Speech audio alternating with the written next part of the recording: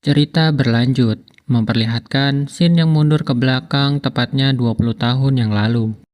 Menampilkan ayah Eden yang masih muda tengah membuat sebuah kursi. Lalu datang anaknya yang berteriak dengan nada kesal. Ayah! By the way on the way, ini anaknya yang asli. Namanya Jinsol, bukan anak baik dari Dead Mansion. Ia berkata keras kepada ayahnya. Kenapa sih? Kenapa ayah tidak datang?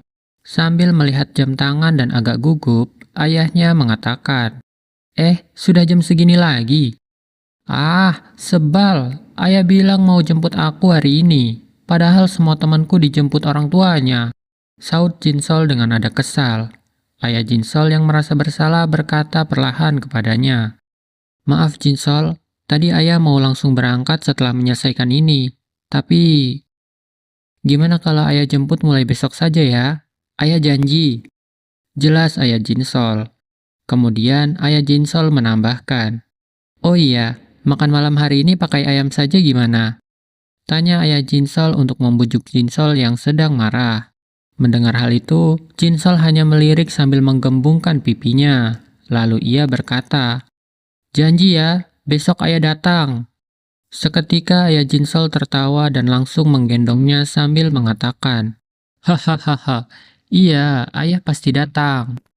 Keesokan harinya, Jinsol yang sampai di gerbang sekolah melihat mobil ayahnya, yang sudah menunggunya di seberang jalan. Ia sangat bersemangat dan berlari menuju ayahnya sambil melambaikan tangan. Ia terlihat sangat bahagia karena ayahnya datang menjemputnya kali ini. Ayahnya pun terlihat senang, ia tersenyum dan membalas lambaian tangan Jinsol. Tapi naas, Jinsol yang begitu bersemangat, ia berlari menyeberangi jalan tanpa melihat sekitar. Dan akhirnya terhantam mobil yang melaju dengan begitu cepat, hingga ia terpelanting ke udara. Ayah Jinsol yang masih melambaikan tangannya seketika terdiam melihat anak kesayangannya terhantam mobil di depan matanya. Kemudian scene berpindah ke Dead Mansion, yang mana setelah kejadian itu, ayah Jinsol yang sangat terpukul atas kejadian itu, ia berusaha mengembalikan anaknya yang telah tiada dengan mencari Dead Mansion. Pada saat itu, seorang pendeta yang mengurus Dead Mansion bertanya kepada ayah Jinsol, tapi kenapa Bapak jauh-jauh datang ke tempat ini? Bukannya Korea punya banyak panti asuhan? Kebetulan saya mendengar sebuah rumor, ada suatu panti asuhan di Rusia, dan mereka mampu menciptakan anak persis sesuai permintaan. Ucap ayah Jinsol yang mana ia terlihat sangat hancur karena tidak bisa menerima kepergian anaknya. Dengan tenang, Pak Pendeta menanggapi pernyataan ayah Jinsol dengan mengatakan, rupanya ada rumor seperti itu ya.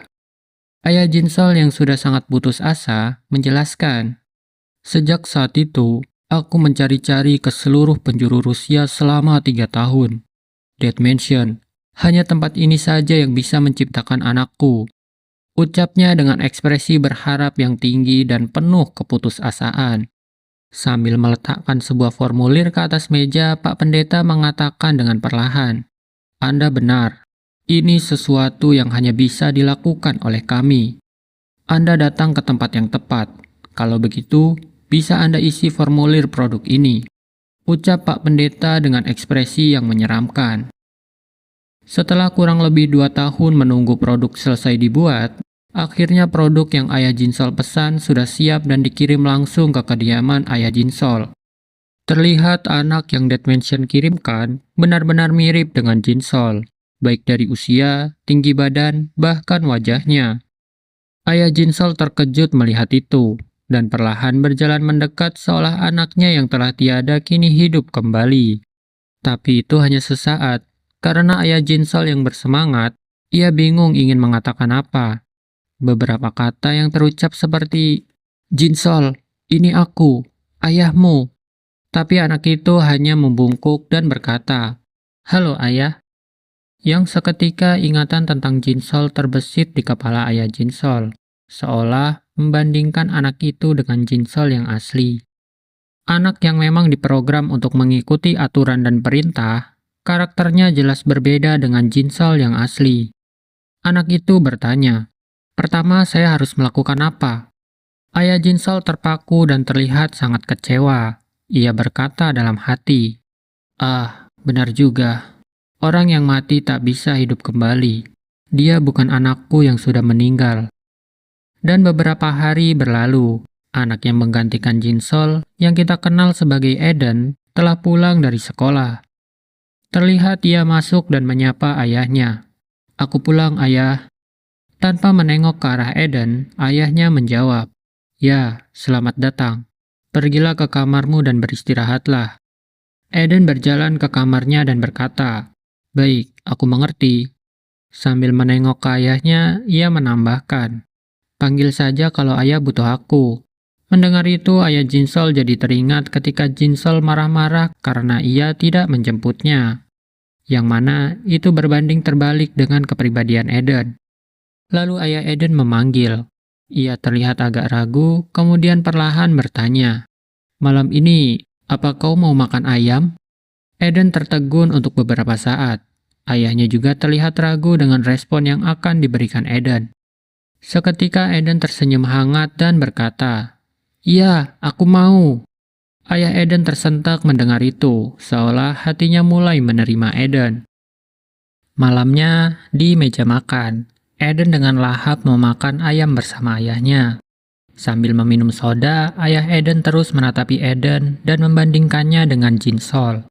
Ia berkata dalam hati, "Jinsol dan hanya seorang anak. Anak ini tidak bisa menggantikanmu. Tidak ada yang bisa menggantikan Jinsolku. Tapi ayahmu mulai menyukai anak ini." Ucapnya dalam hati sambil tersenyum kecil.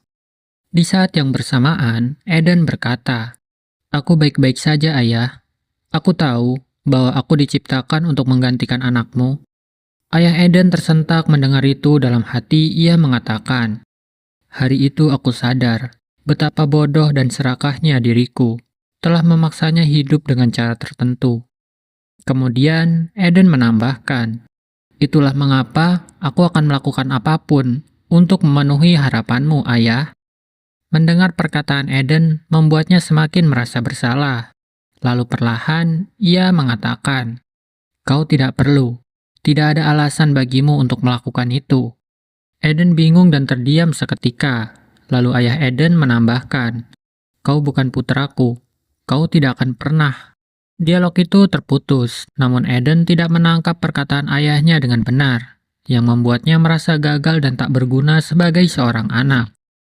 Hari sudah larut, dan ayah Eden telah tidur karena kelelahan. Setelah Eden menutup horden, matanya tanpa sengaja tertuju pada foto lama Jinsol, yang membuatnya terfokus pada dua tanda lahir yang dimiliki Jinsol. Tak lama terdengar teriakan Eden, yang seketika membuat ayahnya terbangun dan langsung beranjak mendatangi Eden. Sambil berlari panik, ayah Eden berteriak, "Eden, apa yang terjadi?" Bersamaan dengan ia melepas besi stapler yang menancap di pipinya, ia berkata, "Aku tahu masalahnya. Aku tidak punya tahi lalat." Ayah Eden terkejut melihat itu. Sambil tersenyum sedih, Eden menambahkan, "Dengan ini, aku sedikit lebih dekat untuk jadi sempurna, kan?" Yang kemudian scene kembali ke beberapa saat sebelum terjadi ledakan, di mana ayah Eden sedang menatapi foto lama Eden dan Jinsol. Lalu ia beranjak pergi, menuju kursi kecil yang ia buat 20 tahun lalu untuk anaknya, Jinsol. Kemudian ia menyadari ada anak kecil yang sedang bermain kembang api. Anak itu bertanya, "Apa Anda ingin bermain juga, Tuan? Lihat ini, indah bukan?" Sambil memainkan kembang api, anak itu menambahkan, "Jangan khawatir, hanya ada sekitar 2 gram bubuk mesiu di dalam kembang api." Ayah Eden bertanya, "Siapa?" Di saat yang bersamaan, ia menyadari ada kembang api yang telah menyala di dekatnya. Dan seketika, kebum! Ledakan pun terjadi dan menciptakan api yang cukup untuk membakar ruangan, yang sebagian besar didominasi oleh kayu-kayuan.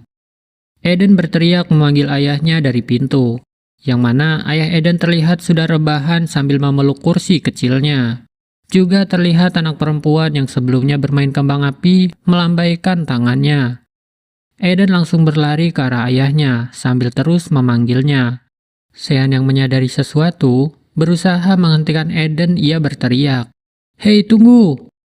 Di saat Eden sedang berlari ke arah ayahnya, muncul sosok pria bertopeng yang sudah bersiap menghantam Eden dengan SG2.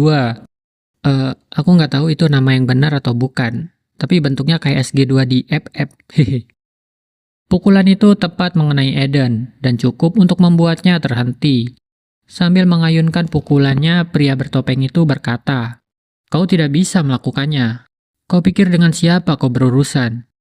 Setelah itu ia berkata ke anak perempuan sebelumnya, "Sparky, bukankah aku menyuruhmu untuk bersembunyi?"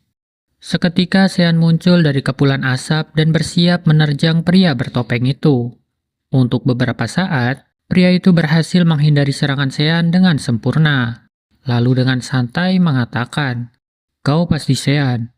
Di saat yang bersamaan, stapler tembak milik Eden berada tepat di samping kepalanya. Dan langsung Eden lesatkan beberapa besi stapler. Namun pria itu juga mampu menghindarinya. Lalu dengan serius, Eden berkata kepada Sean, "Biar ku perjelas ini, Sean. Kau jadi asisten, mengerti?" Tapi Sean malah bingung dan berteriak, "Asis-asis apa? Tolong bicara yang jelas biar aku paham." Eden yang kesal dengan tegas mengatakan, "Asisten, seorang asisten, jangan pura-pura tidak mengerti." Melihat itu, pria bertopeng sebelumnya bergumam, apa yang sedang mereka lakukan?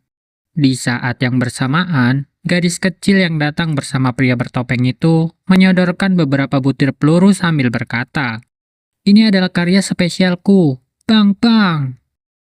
Yang kemudian diterima oleh pria bertopeng itu sambil menyuruhnya agar bersembunyi. Tepat setelah itu, Eden menggenggam erat pisau cutter di tangan kirinya, dan langsung melancarkan tebasan horizontal ke arah pria bertopeng itu. Pria bertopeng itu menghindari serangan Eden dengan bergerak mundur ke belakang. Ia melakukan itu sambil mengatakan, "Kau Eden kan? Nol memintaku untuk menyampaikan pesan." Dia bilang, "Sebagai pria yang tidak memiliki bakat, kau sudah bekerja keras." Ucapnya sembari menodongkan shotgun ke arah Eden. Satu tembakan ia lesatkan. Terlihat percikan api menutupi hampir seluruh badan Eden. Eden yang terkena serangan tepat tanpa hambatan terlihat baik-baik saja.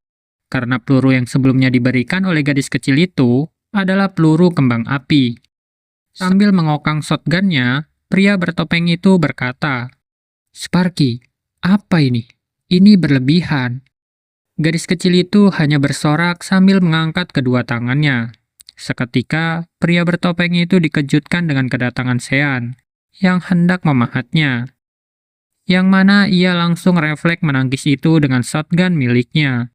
Sean melancarkan serangan itu sambil berkata kepada Eden, "Aku pinjam sebentar, Pak Tua." Hantaman kuat Sean yang beruntun membuat pria bertopeng itu tidak bisa berkutik. Eden yang menyaksikan itu hanya tersenyum heran, dan ia berkata, "Dasar bocah nakal." Sean terus memahat dengan sangat serius. Ia tak menyadari ada sesuatu yang datang ke arahnya. Dan ia pun terkena serangan beberapa pisau yang berterbangan. Sean yang kemudian menyadari itu, bertanya-tanya, "Pisau pada petasan?" Beralih ke pria bertopeng yang telah bangkit setelah dipahat oleh Sean. Ia berkata, "Sean, anak itu mengesankan." Gadis kecil Sparky menyahutnya dengan mengatakan, "Mereka memanggilnya seorang legenda di Dead Mansion. Nol juga bilang agar tidak lengah." Sambil hendak membuka topengnya, pria bertopeng itu dengan nada serius ia berkata, "Jadi itu artinya bisa sedikit serius ya?" Tepat setelah ia mengatakan itu, datang mobil Dimitri yang langsung menabrak hancur dinding rumah Eden. Rahel yang juga berada di mobil langsung mengarahkan senjatanya ke pria bertopeng dan si kecil Sparky. Kemudian menghujani mereka dengan beberapa tembakan. Pria bertopeng itu dengan sigap meraih Sparky dan melompat ke suatu ruangan untuk berlindung. Begitu pula Eden dan Sean, yang juga ikut berlindung menghindari peluru Rahel. Dengan agak cemas, Eden berkata, "Ini perasaanku saja, atau mereka memang membidikku juga?" Mendengar itu, Sean menekan pundak Eden agar ia merunduk. Dengan nada kasihan, Sean juga mengatakan, "Menunduklah, mungkin saja memang begitu." Lalu Dimitri turun dari mobil dan menceramahi Sean, berkata, jika seharusnya Sean tidak boleh bertindak bodoh dan melakukan semuanya sendirian, yang kemudian memperlihatkan rekan-rekan Sean yang sudah bersiap dengan senjata mereka masing-masing. Dimitri melirik ke arah Sean. Dengan santai ia mengatakan, "Sampai jumpa di rumah, Rocky." Mendengar itu, Sean tidak mengatakan apapun, dan terlihat hanya tersenyum kecil. Di sisi lain, gadis kecil Sparky dan pria bertopeng sedang menyiapkan bola-bola ledakan. Maksud Mimin, semacam petasan modifikasi. Tapi nggak tahu namanya ya kan? Bulat-bulat gitu. Hehe. Yang langsung dilempar ke udara oleh Sparky. Kembang api berbentuk bola itu bersinar sesaat setelah dilempar oleh Sparky. Seketika ledakan terjadi, menyebabkan cahaya terang yang menyilaukan juga asap dan api. Beberapa saat setelah ledakan, Sean dan rekan-rekannya berpencar mencari pria bertopeng juga Sparky, namun tidak dapat ditemukan. Dan mereka pun berhasil melarikan diri. Di sela itu, Eden yang tidak melihat ayahnya sejak tadi terkejut saat menyadari ayahnya yang sudah tergeletak sambil memeluk sebuah kursi.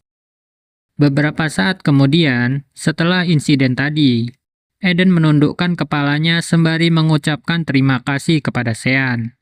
"Aku berhutang padamu kali ini, Sean. Jika bukan karena kalian."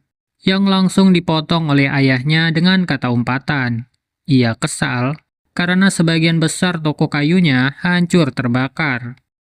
Mendengar itu, Sean berusaha membela diri dengan mengatakan jika itu adalah ulah anak buah yang dikirimkan oleh Nol. Namun itu tidak meredam amarahnya. Ia justru semakin kesal dan berteriak, "Bagaimana dengan tembok itu? Beruang tolol mana yang menabrakkan mobil mereka ke tembok?" Beruang di sini adalah sebutan untuk anggota mercenary Barefoot ya cuy. Yaitu Dimitri sama Yuri. Itu yang rambutnya warna biru. Hehe. Dimitri yang mendengar itu, jadi ikut tersulut emosi, karena disebut sebagai beruang bodoh. Untungnya Sean langsung menghentikan Dimitri, dan berkata kepada ayah Eden jika Dimitri belum pandai mengemudi. Dengan alasan, peraturan mengemudi di sini berbeda dengan di Rusia. Kemudian, ayah Eden berbicara menggunakan bahasa Rusia. Singkatnya, ia mengatakan, "Dasar orang Rusia, masih saja tak peduli seperti biasanya." Dimitri cukup terkejut mendengar ayah Eden yang berbahasa Rusia. Ia menanyakan, "Hah? Kau bisa bahasa Rusia?" Ayah Eden langsung menjawabnya. Ia berkata jika dirinya pernah menetap di Rusia cukup lama. Sementara itu, Eden dan Sean sibuk mencari barang-barang yang masih bisa digunakan. Di sela itu, Eden melihat foto lama Jinsol yang untungnya tidak ikut terbakar. Lalu ia memasukkan ke dalam tasnya untuk disimpan. Di saat yang bersamaan, Sean bertanya kepada Eden, perihal apa yang akan Eden lakukan sekarang. Karena situasinya sudah menjadi rumit, Nol juga telah membuangnya. Mendengar itu, Eden langsung pergi sambil melambaikan tangannya. Ia mengatakan jika dirinya mungkin akan bersembunyi di suatu tempat bersama ayahnya. Ia juga bilang kalau ia tak seberani Sean dan rekan-rekan yang lain untuk melawan Nol, jadi ia tak punya pilihan selain menghindarinya. Di akhir, Eden juga berkata, kalau mungkin Sean dan rekan yang lain menganggap jika Eden adalah orang yang menyedihkan. Tapi reaksi Sean di luar dugaan. Sean justru mengejeknya dengan mengulangi kalimat Eden, akan tetapi menggunakan huruf vokal I. Lalu Sean bertanya kepada Eden, "Kau serius? Mau terus bertingkah seperti pecundang? Kau cuma mau melindungi ayahmu kan?" Tanya Sean yang seketika membuat Eden tersentak. Kemudian Sean menjelaskan, jika Eden tidak sama seperti Sean, yang merupakan versi 2, yang mana harus terkekang oleh 3 prinsip absolut. Jika ada ancaman terhadap keselamatan orang tua, situasinya harus segera diselesaikan. Begitulah salah satunya, ucap Sean. Lalu Sean bercerita jika ia selalu berpikir kalau hal itulah yang mendorongnya. Setidaknya sampai 1 bulan yang lalu, namun ternyata ia salah. Dan melihat Eden membuatnya menjadi semakin mengerti arti sebuah keluarga. Sambil menyodorkan foto Eden bersama ayahnya, Sean berkata, "Kalian hanya ingin melindungi satu sama lain. Memangnya salah jika caranya berbeda?" Ucap Sean sambil tersenyum lebar. Beberapa jam kemudian, Sean dan rekan-rekannya sudah akan pergi. Ketika hendak naik mobil, Sean berkata kepada Eden, jika terjadi masalah atau membutuhkan bantuan, bisa langsung memberitahunya. Kalau perlu, aku bahkan bisa meminta tolong pada Sophia. Tambah Sean. Mendengar itu, Eden langsung memperjelas siapa yang Sean maksud. Sophia? Maksudmu Alexander Sophia? Tanya Eden. Sean langsung mengatakan jika itu benar, dengan raut wajah sedikit cemas. Sontak Eden langsung berteriak. Kau ini bercanda ya? Kenapa kau berani menyebut nama Alexander dengan nama depannya? Mendengar ucapan Eden, Sean langsung mengingat wajah Sophia. Dengan ragu, ia berkata, sepertinya kau benar. Namun Sean tak mempermasalahkan hal itu, dan langsung mengulurkan kepalan tangannya ke arah Eden, sambil mengingatkan perihal apa yang sebelumnya ia katakan, yaitu tentang hubungan Eden dan ayahnya, dan meminta Eden untuk membicarakannya baik-baik. Eden yang mendengar Sean memanggilnya Om saat berbicara dengannya, berkata jika jangan memanggilnya dengan sebutan itu, karena umur mereka tidak jauh berbeda. Lalu Eden juga mengulurkan kepalan tangannya sambil mengatakan, lain kali jika kita bertemu, panggil aku Hyung. Sontak Sean tersipu dan mengulang kata Hyung. Untuk teman-teman Mimin yang tidak tahu apa itu artinya Hyung, kalau tidak salah dalam bahasa Korea artinya kakak laki-laki. Iya kan? Hehe. Sean telah pergi dan berpindah ke ayah Eden yang sedang membersihkan kursi kecilnya yang sangat berharga. Eden yang baru masuk ke dalam melihat ayahnya dengan ekspresi khawatir. Kemudian, ia hendak mengatakan sesuatu namun bingung cara memulainya. Di saat yang bersamaan, ayah Eden langsung bertanya kepada Eden. Eden, apa ayah tahu cara memotret? Ucapnya dengan nada tak yakin. Lalu ia mengotak-atik handphonenya sambil mengatakan jika ia ingin mengambil foto berdua bersama Eden. Eden tersentak mendengar itu, seolah ia tak menyangka ayahnya akan mengajaknya berfoto. Tak berselang lama, kamera pun sudah siap untuk menangkap gambar. Kemudian, Eden diminta untuk duduk di kursi oleh ayahnya. Kemudian ia berdiri di samping Eden sambil berkata, "Apa terlalu kecil untuk dirimu yang sekarang?" Sambil merasa menyesal, ia juga mengatakan bahwa dirinya selalu terlambat dalam segala hal. Ia juga menambahkan, "Seharusnya aku memintamu duduk di sini sedari dulu. Maaf, ayahmu ini selalu terlambat, nak." Ucap ayah Eden yang membuat suasana hening seketika. Dan berpindah ke Sean yang sedang dalam perjalanan. Melihat Sean yang tak biasa, Dimitri berkata kepada Sean, "Sepertinya suasana hatimu sedang bagus, nak." Sean langsung menyahutnya, "Benarkah? Sepertinya begitu." Lalu ia juga menambahkan, ia bilang jika ini adalah kali pertama ia mempunyai seseorang untuk dipanggil Hyung. Sean bingung mengutarakannya, tapi meski begitu, ia sudah menganggap Eden sebagai keluarganya. Di saat yang bersamaan, tepatnya di kediaman Eden, terlihat Eden sudah tak sadarkan diri, tergantung terbalik dengan tangan dan kaki yang sudah dipaku di tiang. Ah, sial. Dan memperlihatkan sesosok pria berjubah hitam yang sedang berjalan meninggalkan rumah Eden yang mulai terbakar. 1 minggu kemudian, setelah kejadian yang menimpa Eden, tepatnya di rumah sakit tempat dirawatnya Eden, terlihat Sean yang berjalan di lorong dengan ekspresi serius. Dimitri mencoba menghentikan Sean. Ia berkata jika Sean sebaiknya tenangkan diri terlebih dahulu, karena Eden baru saja sadar. Namun Sean tetap bersikeras untuk pergi. Dimitri juga berkata kalau Sean perlu beristirahat sedikit lagi. Tapi Sean tidak menghiraukan itu dan langsung menggenggam lengan tangan Dimitri. Dimitri terdiam untuk beberapa saat akibat genggaman Sean yang begitu kuat. Lalu Sean langsung masuk ke ruangan Eden. Melihat kondisi Eden, Sean sangat terpukul dan merasa bersalah atas apa yang menimpa Eden. Perlahan Sean menghampiri Eden, yang sedang duduk di kursi roda sembari menatap jendela. Dengan perasaan yang bercampur aduk, Sean berusaha menyapa Eden dengan memanggilnya. Namun yang keluar dari mulut Eden hanya memanggil ayahnya. Dan terlihat kondisinya benar-benar sangat parah. Sean tak menyerah dan sekali lagi ia mencoba memanggilnya lirih, namun tetap tak ada respon dari Eden. Kemudian Dimitri menjelaskan, jika orang tua Eden sudah meninggal sebelum mereka sempat membawanya ke rumah sakit. Sean tersentak mendengar itu. Dimitri juga menambahkan, jika Eden yang baru sadar sepertinya masih terkejut dengan hal itu. Kemudian terdengar suara Eden memanggil nama Sean. Sean yang mendengar itu langsung cepat menyahut dan mengatakan jika ia ada di sini. Eden yang syarafnya terganggu akibat luka yang ia terima, berusaha keras mengucapkan satu kalimat kepada Sean. Ia berkata jika Sean tidak boleh membantunya. Sontak Sean terguncang melihat sekaligus mendengar perkataan Eden, memikirkan bagaimana penderitaan yang Eden terima. Seketika, Sean langsung berlari keluar ruangan. Ia bergegas menuju toilet karena ia tak tahan dengan apa yang ia lihat. Perasaan yang bercampur aduk membuatnya benar-benar tak berdaya. Ia merenungi apa yang sebelumnya ia pernah katakan.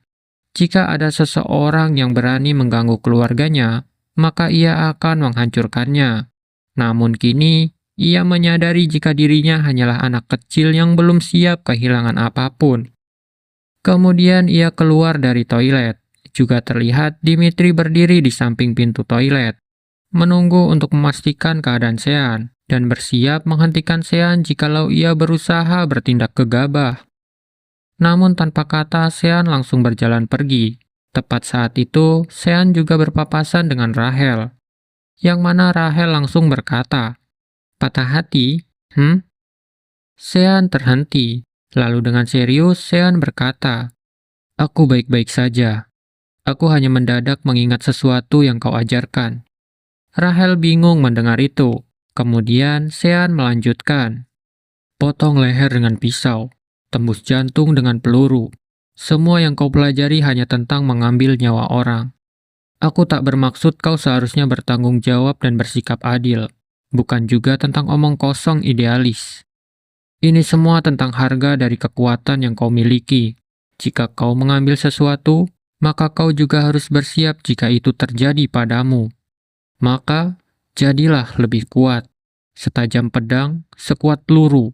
Jadilah senjata pemusnah musuh sebelum mereka mengambil sesuatu darimu." Ucap Sean dengan tatapan serius nan penuh amarah. Kemudian berpindah ke sebuah kuil yang berdiri di tengah hutan. Terlihat di dalam sana ada Sparky yang sedang bermain kembang api bersama pria bertopeng sebelumnya. Sparky terlihat senang dengan kembang api di kedua tangannya.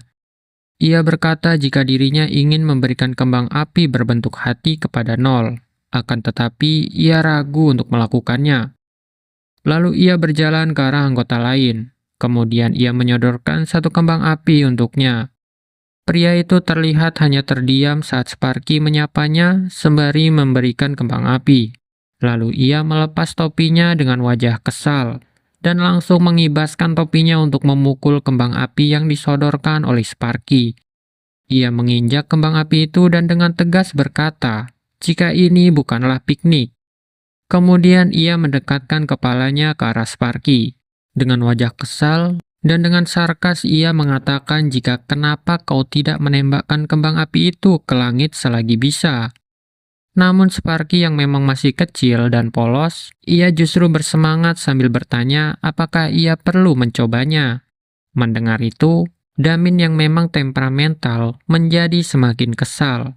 Lalu ia mengangkat tangan kirinya bersiap untuk memukul Sparky. Namun langsung dihentikan oleh pria bertopeng yang sebelumnya bersama Sparky. Sambil menatap Damin, pria bertopeng itu berkata, "Siapa lagi yang membunuh keluarga orang tua itu dan bahkan membakar tempatnya? Kau juga membuat kekacauan sepertiku, bocah brengsek." Ucap pria bertopeng itu, yang seketika membuat Damin semakin tersulut emosi. Ia mengeluarkan pisau kecil di ujung sepatunya, dan langsung melancarkan tendangan ke arah pria bertopeng. Dengan cepat, pria bertopeng itu menarik Sparky ke belakang, juga langsung menodongkan shotgunnya ke arah Damin. Tepat sebelum benturan dan tembakan terjadi, datang seorang pria lainnya yang langsung menghentikan mereka berdua. Dengan tenang, Pak Tua berkacamata itu berkata, jika mereka berdua sebaiknya berhenti, karena kalau tidak, justru dirinya lah yang akan mendapat masalah. Tak lama setelah itu Nol datang. Dengan perlahan, ia bertanya kepada Damin, apakah ia bertengkar lagi. Ia juga mengatakan jika seharusnya tidak boleh melakukan itu, karena jarang sekali bisa mengadakan pertemuan keluarga seperti ini. Nol juga menasihati pria bertopeng yang ternyata namanya adalah Slendy. Nol meminta Slendy supaya ia memaklumi sikap Damin. Nol menjelaskan, meskipun ia kelihatan kasar, tak ada seorang pun yang benar-benar ingin melawan Slendy. Kemudian Nol berjalan perlahan menuju tumpukan rak untuk dijadikan kursi. Sambil berjalan, ia juga mengatakan bahwa Jang Hyun dan Eden telah berkhianat. Cukup mengecewakan. Sepertinya mereka bukanlah bagian keluarga kita yang sesungguhnya. Tambah Nol. Dengan tegas ia juga menekankan, jika mereka sebaiknya jangan bertengkar terlalu keras dengan anggota keluarga yang tersisa. Tepat setelah Nol mengatakan itu, Damin langsung menyahut dengan menyindir Slendy. Sambil menatap Slendy, ia mengatakan, entah mereka sendiri mengerti atau tidak. Ia juga mengusulkan pendapatnya kepada Nol. Ia berkata, jika setidaknya harus ada semacam kendali di dalam keluarga yang mereka ciptakan. Mendengar itu, Nol menerima usulan dari Damin, dan ia mengatakan bahwa dirinya akan menetapkan 3 prinsip absolut milik mereka sendiri. Lalu ia mulai menjelaskan 3 prinsip absolut yang ia buat. Mulai dari yang pertama, menyebutkan jika seluruh kekuatan harus digunakan untuk keluarga dan bukan untuk hal lain. Kemudian yang kedua, tidak boleh menggunakan kekuatan selain untuk keluarga. Dan yang terakhir, yang menurut Nol merupakan hal terpenting, yaitu lenyapkan semua yang bukan bagian dari keluarga. Ini adalah 3 prinsip absolut keluarga kita, Iskariotes. Tambah Nol. Setelah itu Nol meminta bantuan kepada Slendy. Ia mengatakan jika ada seseorang yang harus Slendy bawa kembali. Berpindah ke Sean yang sedang mengemasi barang-barangnya. Datang Eugene yang langsung bertanya perihal apa yang sedang Sean lakukan. Namun Sean tak mengatakan apapun dan langsung beranjak pergi sembari menggendong tasnya. Eugene bertanya lagi, kemana Sean akan pergi dengan membawa tas dan peralatan.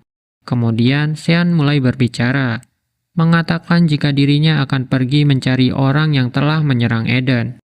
Lalu Eugene menawarkan diri untuk ikut bersama Sean. Ia beranggapan jika dirinya juga bisa membantu. Sean tertunduk sesaat, kemudian dengan tegas ia berkata, memangnya dengan kau ikut, apa yang bisa kau lakukan? Mengeluh lagi soal seberapa tak bergunanya dirimu? Ucap Sean dengan ekspresi serius. Sean juga bingung dengan apa yang harus ia lakukan jika membawa Eugene yang bahkan tak bisa bergerak tanpa perintah. Di saat yang bersamaan, Jang Hyun yang sedang duduk di sofa berkata, aku kira kau sudah jadi lebih kuat, tapi ternyata kepribadianmu malah melenceng jauh. Ya, bukan masalahku juga sih. Ucap Jang Hyun dengan santai. Lalu ia menoleh ke arah Sean dan mengatakan kalaupun Sean mengikuti jejak panggilan, ia hanya akan menemukan jalan buntu. Sean tersentak dan juga terlihat semakin kesal mendengar ucapan Jang Hyun. Kemudian, Jang Hyun menjelaskan kalau mereka itu juga menjalani latihan yang sama seperti Sean. Mereka tidak akan bertindak seceroboh itu. Seketika Sean langsung menusuk Jang Hyun. maksudku sofa tempat duduk Jang Hyun. Hehe. Namun Jang Hyun bahkan tak terkejut dan dengan santai berkata, "Jadi kau pernah menggunakan benda seperti ini juga?" Lalu dengan serius Sean bertanya kepada Jang Hyun, "Jadi kau punya usul apa? Kita tak punya pilihan lain." Kemudian Jang Hyun bangkit dari sofanya dan berkata jika dirinya akan membantu. Ia tersenyum kecil sambil mengatakan bahwa dirinya tahu apa yang akan dilakukan Nol. Ia juga berencana untuk membalas Nol agar impas. Keesokan harinya, di ruang tunggu audisi, Jang Hyun berkata kepada Sean jika Nol memintanya untuk mengambil kembali 2 orang anak. Ia juga menambahkan bahwa seperti yang Sean tahu, jika salah satunya adalah dirinya. Lalu yang satu lagi adalah anak yang bernama Morgan. Setelah melihat foto Morgan sewaktu kecil, Sean berkata, "Jadi dia adalah anak version 1 ya?" Jang Hyun bingung dan mengulang kata version 1. Namun Sean tak menjelaskan lebih banyak dan memperhatikan area sekitar seolah ia bertanya kenapa kita berada di sini. Jang Hyun yang sudah mengetahui informasinya jika presiden perusahaan yang ia datangi saat ini adalah orang yang membeli Morgan. Jadi ia berencana untuk mendekati presiden perusahaan itu terlebih dahulu. Sambil memasang nomor antriannya, Sean akhirnya mengerti kenapa mereka berdua harus ikut audisi idol. Dengan santai Jang Hyun juga berkata jika ini akan mudah, dikarenakan dirinya itu tampan, maka ia akan lolos begitu saja dan bisa bertemu dengan presiden secepatnya. Mendengar itu, Sean tak berkomentar apapun. Lalu Sean bertanya kepada Jang Hyun, apakah dirinya tahu perusahaan apa itu sebenarnya? Dan dengan santai Jang Hyun menjawab jika tempat itu adalah agensi hiburan. Dengan agak cemas, Sean menjelaskan jika terdengar sebuah rumor tentang perusahaan itu. Namun, belum sampai selesai Sean menjelaskan, nomor antriannya dipanggil untuk masuk ke ruang audisi. Berpindah ke dalam ruang audisi, memperlihatkan para juri yang mengeluhkan perihal audisi kali ini. Sedari tadi yang ia temukan hanyalah anak-anak yang tak memiliki bakat ataupun potensi. Ia membandingkannya dengan zaman dulu, yang mana di tahun-tahun sebelumnya banyak sekali anak-anak yang berbakat dan memiliki talenta murni. Di saat yang bersamaan, Sean juga Jang Hyun masuk ke dalam ruangan. Terlihat salah satu juri berbisik membicarakan Jang Hyun yang ia nilai cukup menarik. Lalu juri yang sebelumnya mengeluhkan perihal audisi tahun ini, menoleh ke arah Sean dan Jang Hyun. Seketika itu ia tercengang melihat ketampanan bro Jang Hyun kita. Ia bergumam dalam hati, jikalau ini bukanlah sekadar potensi, melainkan sebuah pohon besar, yaitu sebuah pohon yang hanya bisa kau temui di Taman Nasional.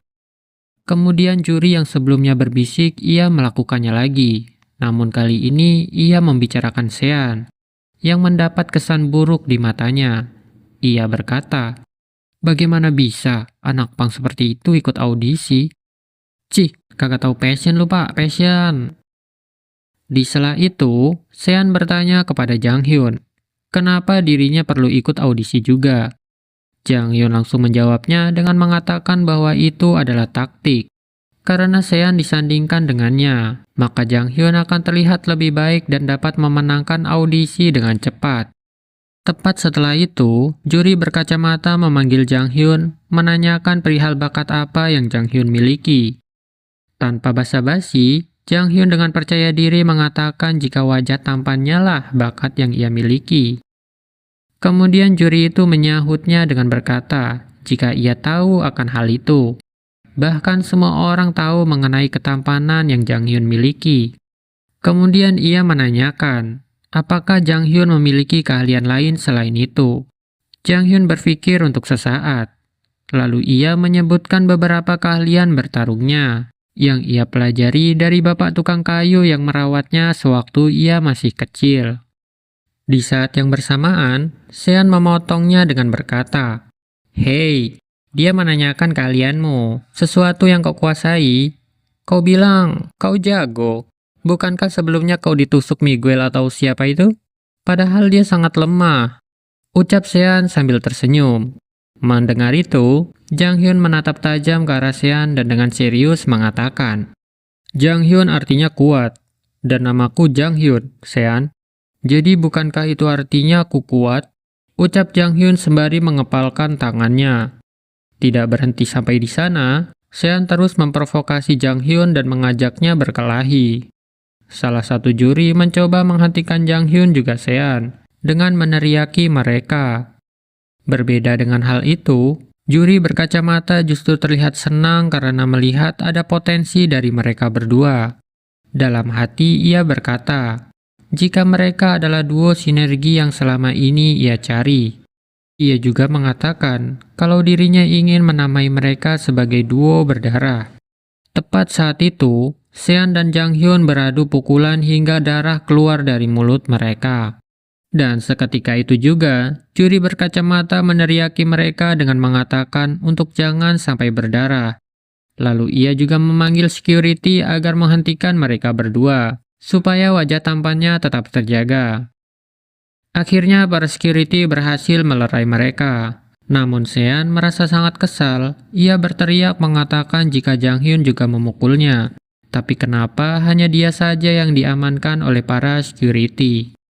Sambil melirik Sean, Jang Hyun berkata, ini sedikit gatal. Seketika Sean memberontak dan ingin menghajar Jang Hyun, namun ditahan oleh dua security yang mengamankannya. Di saat yang bersamaan, Sean menyadari jika security yang menahannya memakai tato di lengannya. Itu menandakan bahwa mereka bukanlah seorang security biasa. Kemudian, ia memegang erat baju bagian belakang salah satu security.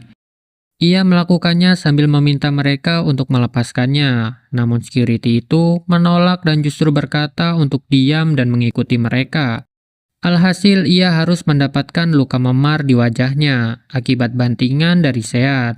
Tak cukup sampai di situ, Sean juga menginjak security itu sambil berkata jika ia sudah memperingatinya. Lalu security yang lain mulai mendatangi Sean. Salah satunya mengatakan jika Sean perlu diberi pelajaran. Wah, sebaiknya jangan bang, hehe. Kemudian, Sean dibawa ke ruang bawah dengan menaiki lift. Sean terlihat cukup tenang, lalu ia menyimpulkan apa yang ia curigai sebelumnya, perihal perusahaan itu. Ia beranggapan jika SGT Entertainment, yakni perusahaan yang ia injak saat ini, adalah perusahaan yang kerap menggunakan kekerasan untuk membuat kontrak yang tidak adil. Sebuah perusahaan gangster ternama di Seoul. Begitulah rumor beredar yang ia tahu. Dan dengan melihat secara langsung, ia menjadi yakin jika itu bukanlah sekedar rumor belaka. Kemudian, Sean tampak serius sambil mengeluarkan pisau dari dalam jaketnya. Sedangkan para Hyungnim yang akan tumbang sebentar lagi, sibuk membicarakan siapa bocah pirang yang ada di hadapan mereka. Lalu salah satu security yang mengawal Sean sebelumnya, mencoba menjelaskan perihal apa yang terjadi, dan kenapa bocah pirang itu dibawa ke sana. Di saat yang bersamaan, Sean langsung menyayat lengan security itu dengan cepat, sambil menyebutkan jikalau banyak sekali dari mereka yang bersembunyi di sana.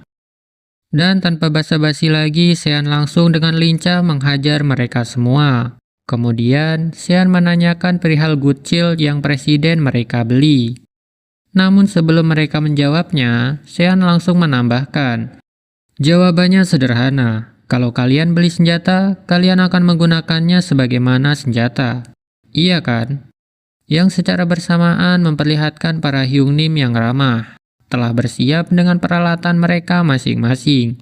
Sambil memainkan balisong atau butterfly knife miliknya, Sean mengatakan bahwa God Chill mungkin berada di antara mereka. Kemudian para Hyungnim mulai maju satu persatu. Dimulai dengan pria berjas putih yang langsung menyerang Sean menggunakan tongkat bisbol. Tapi pukulannya yang mudah terbaca dapat dengan mudah Sean hindari dan langsung mendapatkan serangan balasan dari Sean. Sesaat setelah Sean melancarkan tebasan ke arah perut Hyungnim itu, Sean mengatakan dengan santai, jika di sana ada tempat pembuluh darah arteri, jadi sebaiknya jangan disepelekan. Tanpa menghiraukan perkataan Sean, pria itu mengumpat dan langsung menyuruh rekan-rekannya untuk menyerang Sean. Dan mereka pun langsung maju bersamaan. Namun Sean tak gentar sedikit pun, juga telah bersiap menghadapi gempuran. Terlihat dari sisi lain, seorang pria besar berambut panjang tengah menggenggam minuman kaleng. Bergeming tanpa kata mendengar semua rekannya berisik di lorong. Di saat yang bersamaan, Sean dengan cepat menebas para Hyungnim sambil memasang ekspresi muak. Setelah melakukan itu, Sean sempat mengejek mereka dengan bertanya, apa hanya segitu saja kemampuan mereka? Seketika ia terpental akibat letupan dari pintu sebelah, dan ternyata itu adalah pria besar sebelumnya yang mulai bergerak, dan terlihat sangat kesal. Ia melayangkan tinjunya ke arah Sean, namun Sean mampu menghindarinya. Tapi impact pukulannya cukup besar terhadap pintu yang sebelumnya terpental. Dengan santai Sean berkata, kau berbeda. Kau cukup kuat. Apa kali ini aku bertemu dengan orang yang benar? Ucap Sean yang mana ia berasumsi, jika itulah Morgan yang ia cari. Dengan nada kesal, pria besar itu bertanya tentang siapa Sean. Lalu ia juga menanyakan apakah Sean seorang gocil. Mendengar itu, Sean tersentak dan mengambil foto yang ia punya terkait Morgan sambil mengatakan, jikalau ternyata benar pria itu adalah Morgan. Sambil terus menatap foto itu, Sean mengejeknya dengan menanyakan apakah pria itu gagal merawat dirinya. Lalu tanpa basa-basi lagi, Sean langsung mengungkapkan tujuannya ia datang ke sana, yakni untuk menemui Morgan. Mendengar itu, Morgan bertanya akan alasan mengapa Sean mencarinya. Kemudian dengan serius Sean meminta Morgan untuk bekerja sama dengannya. Dan dengan tegas, ia juga mengatakan, jikalau tidak, keluarganya akan berada dalam bahaya. Namun pria itu salah mengartikan kalimat Sean dan berkata kalau berani sekali Sean mengancamnya. Namun Sean langsung menyahut dengan mengatakan kalau bukan itu yang ia maksud. Anak buahnya berkata kepada pria besar itu, "Pilgyu Hyungnim, hajar bocah itu!" Dengan tatapan tajam ke arah mereka, pria besar itu meminta mereka untuk diam dan mengatakan jikalau sekarang ini dia adalah Morgan. Juga secara bersamaan ia langsung melompat untuk menyerang Sean. Tapi Sean terlihat sangat santai sembari mengatakan jikalau pria itu sungguh keras kepala. Lalu dengan serius, Sean berkata jika sedari awal memang dirinya tidak berniat melakukannya baik-baik. Dan baku hantam pun terjadi, dimulai dengan pukulan keras dari pria besar itu. Namun Sean dengan mudah menghindarinya dan bersiap melesatkan pukulan keras yang lebih kuat. Yang mana pukulan itu tepat mengenai pria besar itu tanpa hambatan. Di saat yang bersamaan, Sean juga mengatakan kalau sepertinya memang harus dihajar terlebih dahulu lalu diseret. Pria itu berkata dalam hati, ia terkejut dengan pukulan Sean yang teramat kuat. Di waktu yang sama, Sean sudah bersiap dengan pukulan berikutnya. Ia mengangkat sikunya dan langsung menghantam pria itu hingga mencium lantai. Pukulan Sean yang tepat mengenai kepalanya membuat pria itu sedikit hilang kesadaran. Lalu Sean mengatakan bahwa urusannya akan jauh lebih mudah jika pria itu ikut dengan tenang. Tepat setelah Sean mengatakan itu, terdengar suara gadis berteriak memanggil nama Pilgyu. Sean tersentak dan melirik ke arah suara itu.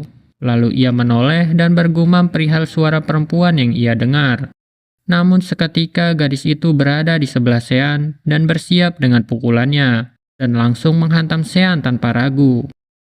Sean yang mampu menepisnya, bergumam tentang serangan yang gadis itu lancarkan. Yang mana pukulan itu adalah ajaran dari Dead Mansion. Sean juga bertanya kepada gadis itu, kenapa orang sepertinya tahu tentang teknik Dead Mansion.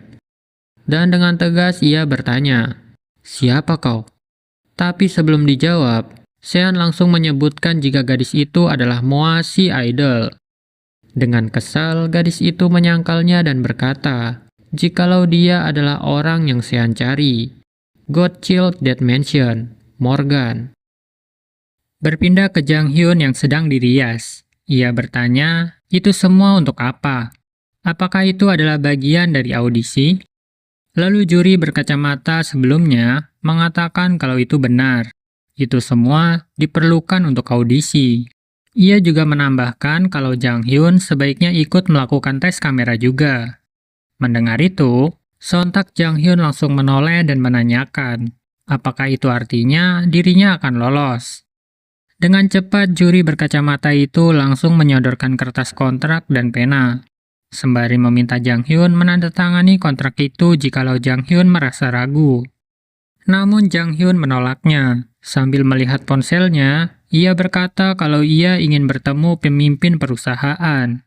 Kemudian ia menyodorkan ponselnya yang menampilkan sebuah foto, yaitu foto Morgan sewaktu kecil. Jang Hyun juga mengatakan kalau ia ingin mencari anak yang bernama Morgan.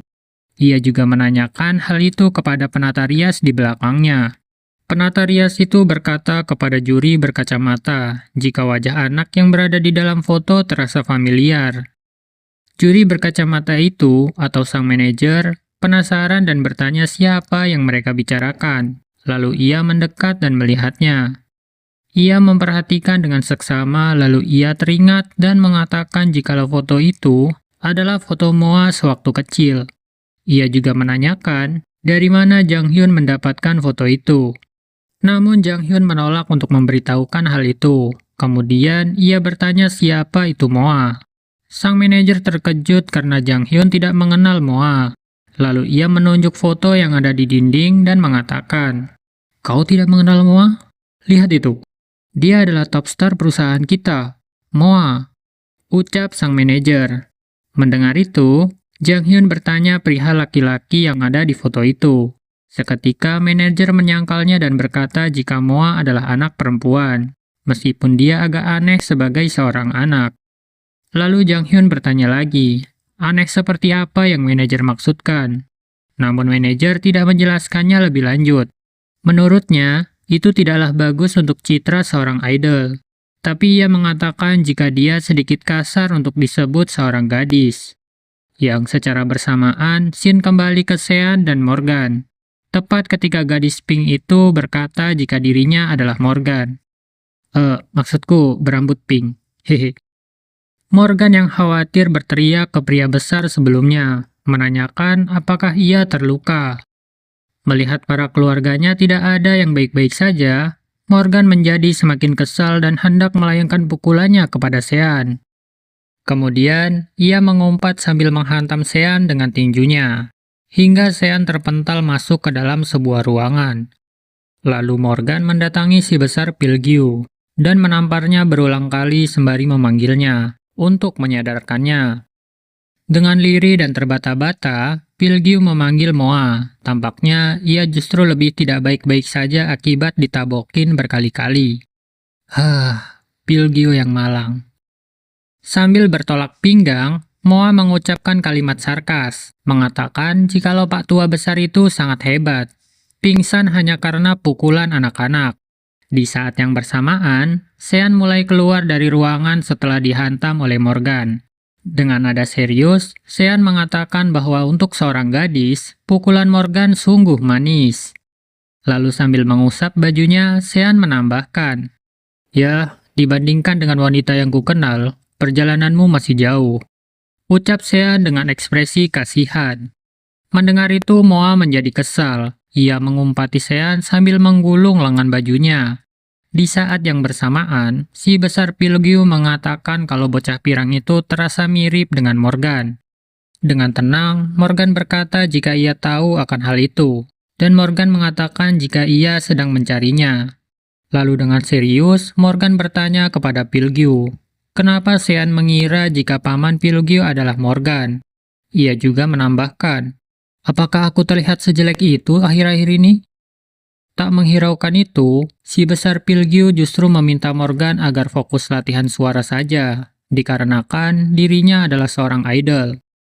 Namun Morgan mengabaikannya dan berbalik ke arah Sean. Ia menegaskan bahwa Sean telah mengganggu paman-pamannya. Kemudian, ia langsung melesatkan pukulan cross yang cukup cepat ke arah Sean.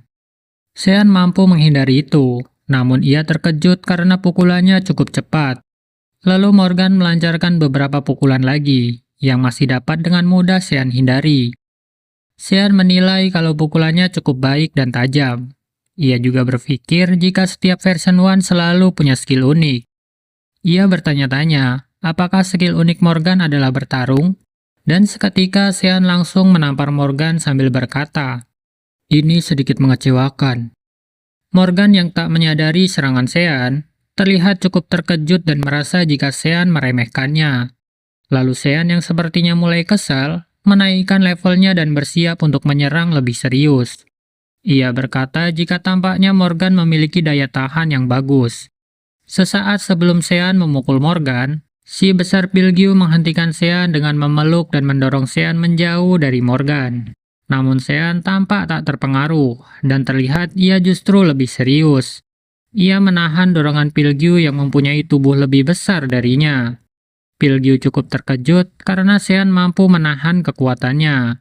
Lalu ia berteriak memanggil Morgan. Seketika, Morgan langsung berlari dan bersiap untuk menendang kepala Sean. Terlihat tendangan Morgan tepat mengenai kepala Sean. Ia melakukannya sambil berkata jika dirinya akan melindungi pamannya. Tendangan Morgan yang nampak cukup kuat hanya mampu membuat Sean tertoleh. Sean terdiam untuk beberapa saat, lalu ia mengulang kata melindungi. Dan seketika itu, terbesit ingatan Sean mengenai Eden Hyungnim, yang akhirnya menderita karena Sean tak mampu melindunginya. Dengan serius, Sean bertanya, "Dengan kemampuanmu seperti itu?" Ia menatap Morgan dengan tajam, dan menambahkan jika ucapan Morgan hanya terdengar seperti rengekan bocah cengeng. Yang mana Sean langsung menampar si besar Pilgiu, menjambaknya dan menamparnya lagi berulang kali. Tak cukup sampai di sana, Sean juga menggunakan kakinya untuk memukuli Pilgiu, yang Morgan sebutkan sebagai orang yang ingin ia lindungi. Morgan tak kuasa menyaksikan pamannya dipukuli habis-habisan oleh Sean. Lalu Sean bersiap dengan pukulannya yang entah sudah pukulan keberapa. Ia melakukannya sambil menanyakan kata melindungi yang Morgan sebutkan. Sebelum pukulan Sean mengenai wajah Pilgiu, Morgan memegangi kaki Sean sambil memintanya untuk berhenti memukuli pamannya. Lalu ia berkata jika dirinya dan para paman mengaku salah. Sambil meneteskan air mata, ia juga menambahkan bahwa dirinya akan melakukan apa yang Sean mau, dan memohon kepada Sean untuk tidak lagi menyakiti pamannya. Para paman yang berada di belakang merasa sedih dan bersalah karena mereka tak bisa melakukan apapun. Setelah menyaksikan semua kesedihan itu, Sean menjadi murung dan berkata, "Yang benar saja. Kalau seperti ini, lagi-lagi aku yang menjadi orang jahatnya. Sial." Lalu Shin berpindah ke sebuah mobil yang sedang berjalan perlahan. Juga terdengar musik dari dalam sana. Yang mana mobil itu dikemudikan oleh seorang CEO SGT Entertainment, Sim Kyu-tae. Ia berbicara sendiri, mengatakan jikalau lagu yang sedang ia dengarkan memiliki vibe yang nendang. Dan ia rasa itu akan cocok dibawakan oleh Moa, atau yang kita kenal sebagai Morgan. Tak lama setelah itu, ia mendapat panggilan dari manajer Kim yang sedang mengurus kandidat idol Jang Hyun. Manajer Kim dengan tergesa-gesa menanyakan keberadaan CEO Sim, yang mana ia berkata jika dirinya sebentar lagi akan sampai. Lalu manajer Kim mengatakan jika pohon besar yang ia temukan tiba-tiba menghilang. Terlihat jika CEO Sim cukup tenang. Ia meminta manajer Kim untuk berbicara perlahan. Ia juga menambahkan kalau sebentar lagi dirinya akan sampai. Jadi itu bisa dibicarakan nanti setelah ia tiba. Di saat yang bersamaan, terlihat seseorang berdiri menghalangi jalan CEO Sim, yang mana pria itu adalah Slendy, yang sudah bersiap dengan menodongkan shotgun-nya. Juga ada Sparky yang telah menyiapkan bola-bola ledakan. CEO Sim terkejut dengan keberadaan mereka yang kemudian ia langsung membanting setir ke arah kiri untuk menghindari tabrakan. Di saat yang bersamaan, Slendy melesatkan tembakannya dan membidik ban mobil CEO Sim. Tepat setelah itu, mobil CEO Sim hilang kendali, dan terlihat Sparky juga melemparkan bola-bola ledakan ke arah sana. Boom! Ledakan dahsyat pun terjadi, hingga membuat mobil CEO Sim terpelanting. Slendy melindungi Sparky dengan membelakangi ledakan. Dan mobil CEO Sim pun terguling-guling hingga melewati Slendy dan Sparky. Tepat setelah itu, Slendy berjalan mendekat ke arah CEO Sim yang terlihat masih selamat. Kemudian, Slendy menanyakan, apakah ia benar CEO Sim Kyutae? CEO Sim yang masih terguncang hanya merintih meminta tolong kepada Slendy. Lalu Slendy menarik CEO Sim keluar dari dalam mobil. Kemudian ia menodongkan shotgunnya ke arah CEO Sim dan menanyakan terkait keberadaan Morgan. Sontak CEO Sim berteriak mengatakan, bagaimana bisa Slendy tahu nama itu? Yang mana nama Morgan memang sudah disamarkan olehnya menjadi Moa, dan hanya beberapa orang yang tahu. Dan seketika itu Slendy langsung menendangnya. Ia menegaskan jika dirinya lah yang bertanya. Sambil memegangi dagunya, CEO Sim berteriak meminta tolong, namun tak ada satupun orang di sekitar sana. Slendy yang mulai kesal karena pekerjaannya jadi terhambat, mengatakan jika sebaiknya mengeliminasi salah satu kaki CEO Sim, agar ia mau berbicara. Sesaat sebelum Slendy menekan pelatuknya, terlihat sebuah kaki melintas. Dan boom! Untunglah Jang Hyun datang tepat waktu dan berhasil mengubah arah tembakan Slendy. Sambil menatap tajam ke arah Jang Hyun, Slendy berkata, "Kau, si pengkhianat? Kalau tidak salah, namamu Jang Hyun ya?" Ucap Slendy yang memperlihatkan Jang Hyun yang bersiap untuk menghentikannya. Dan chapter ke-35 pun berakhir. Oke, sampai di sini dulu. Makasih buat teman-teman yang udah nonton. Jangan lupa like kalau suka, dislike kalau nggak suka, dan subscribe untuk nonton kelanjutan ceritanya. Bye-bye.